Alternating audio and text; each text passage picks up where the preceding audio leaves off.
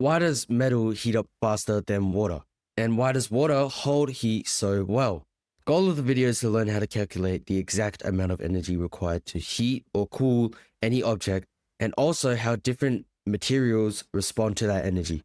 So the first concept is called specific heat. What is specific heat? It's the amount of energy needed to raise 1 kilo of a substance in temperature by 1 degree Celsius. And this energy can be found with this equation. It's Q, which is the heat that's added or removed, measured in joules, equals mass in kilograms times C, which is something called the specific heat capacity, which is joules per kilos times Celsius, multiplied by the change in temperature, also given in Celsius. This equation is on the free cheat sheet in the description, and it lets you calculate how much energy something absorbs or loses when it heats up or cools down. This is why water in a pot will take forever to boil, but metal heats instantly.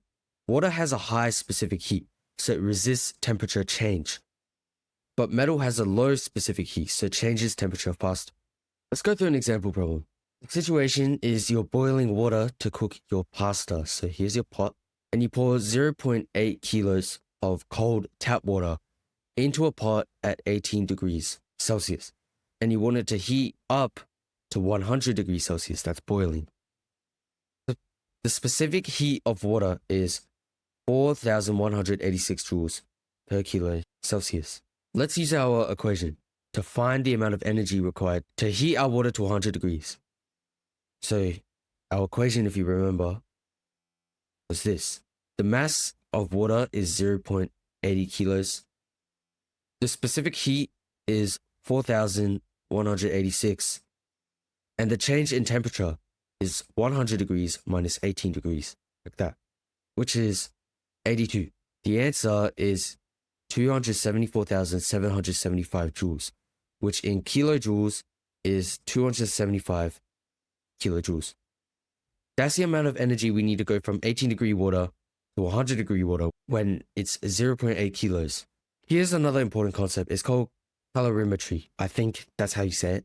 Spelled like this. And what this word means is that heat lost is equal to heat gained. So when two objects are in thermal contact, for example, a cup of coffee with a metal spoon inside, heat flows from the hotter object into the colder object until thermal equilibrium is reached. So until they're the same temperature, then heat will stop flowing. In theory, no heat is lost to the surroundings.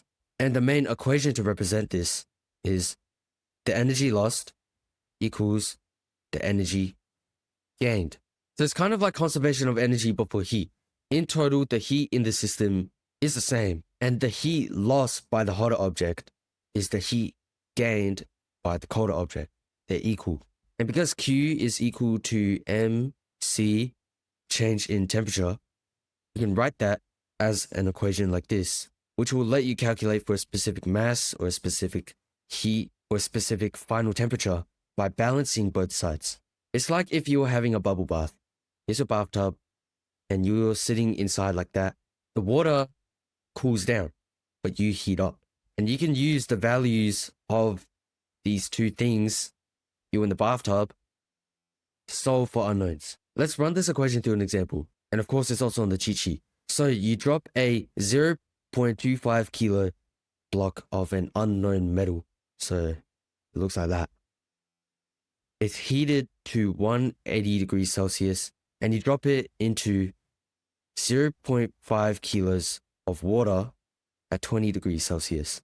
The final temperature, so after the block is dropped into the water and after all the heat has been transferred and thermal equilibrium has been reached, the final temperature is 26 degrees Celsius. What is the specific heat of the metal? And we also know that the specific heat of water is 4186. Let's solve this problem step by step. So first, let's write our equation. We'll say M1 is the mass of the metal, C1 is the specific heat of the metal, and change in temperature of the metal, equal to the same thing but for the water. This is the equation that we just looked at. Also, I'm not sure what happened here. wrote that wrong. What do we know? Well, the mass of the metal is 0.25. Specific heat is what we're solving for, so we don't know that.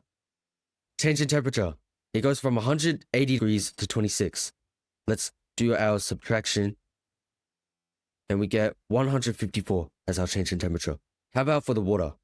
We know the mass of the water is 0.5. The specific heat was given as 4186, and the change in temperature for the water, so it went from 20 degrees to 26.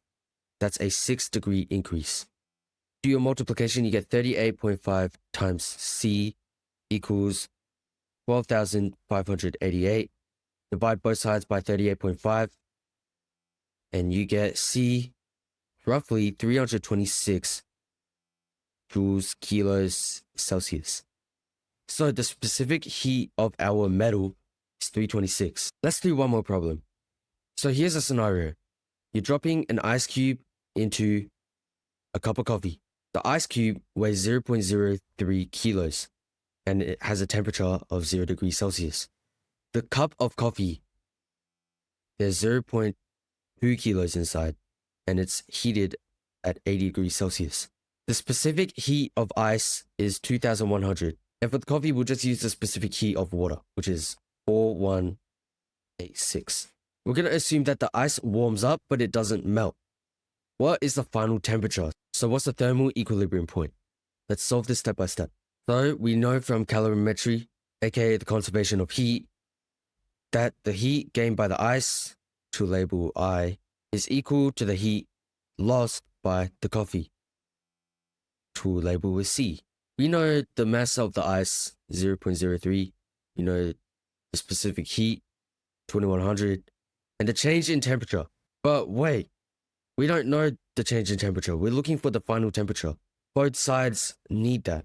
So here, let me introduce to you a new variant of this equation, which you can use a lot in testing. It's slightly more algebra heavy, but here's what it is. It's the same thing, but in place of temperature change, you write initial temperature minus final temperature. And on the right-hand side, it's the same here, but in place of change in temperature, you write final temperature minus initial temperature. And this is also on the cheat sheet, and it's what we're going to use to solve this ice cube problem. But there's something you have to keep in mind with this new equation. We can't substitute in our ice values on the left-hand side. This initial temperature minus final temperature. The left-hand side is for the object that loses heat, and our ice is warming up when it gets dumped into the coffee. So the right-hand side is for the object that gains heat. So we're going to put our ice into this side of the equation. So let's start with substituting our coffee for this. We have 0.2 kilos of coffee with a specific heat of 4186. Now for the temperature part. So initial temperature is 80 degrees minus the final temperature.